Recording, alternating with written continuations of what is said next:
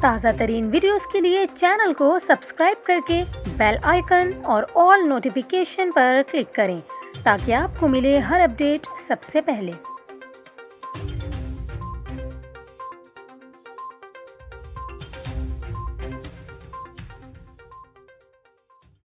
السلام علیکم، نیوز 24/7 اردو میں ہوں آپ کے ساتھ کومل خان۔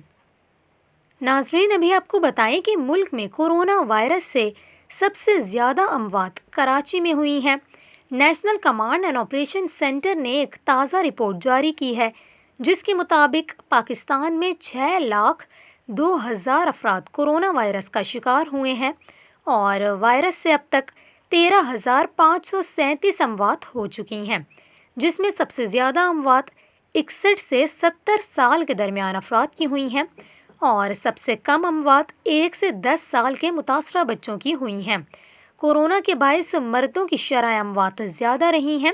رپورٹ میں یہ بھی بتایا گیا کہ پاکستان میں بڑے شہروں میں کورونا کے باعث سب سے زیادہ اموات کراچی میں ہوئیں، جبکہ لاہور دوسرے، راولپنڈی تیسرے اور پشاور چوتھے نمبر پر رہا ہے۔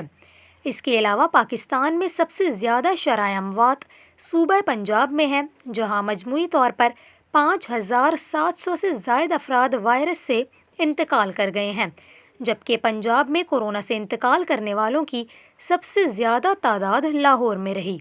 رپورٹ میں یہ بھی کہا گیا کہ کورونا کے باعث اموات کے اعتبار سے سندھ دوسرے نمبر پر ہے، جہاں وائرس سے 4,450 سے زائد اموات ہو چکی ہیں۔